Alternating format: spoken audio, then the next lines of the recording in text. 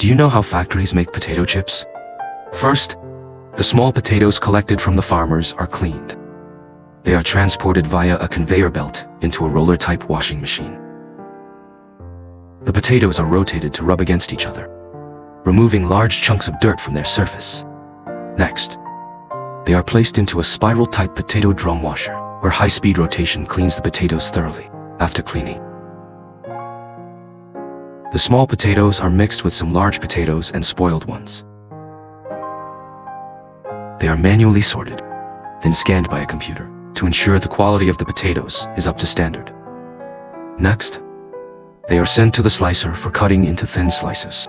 The thinly sliced potatoes are then automatically fried in a tunnel-type chip fryer, using a continuous, fully automated frying process. After frying, the potato chips are transported out from the other end, ready to be coated with various flavors.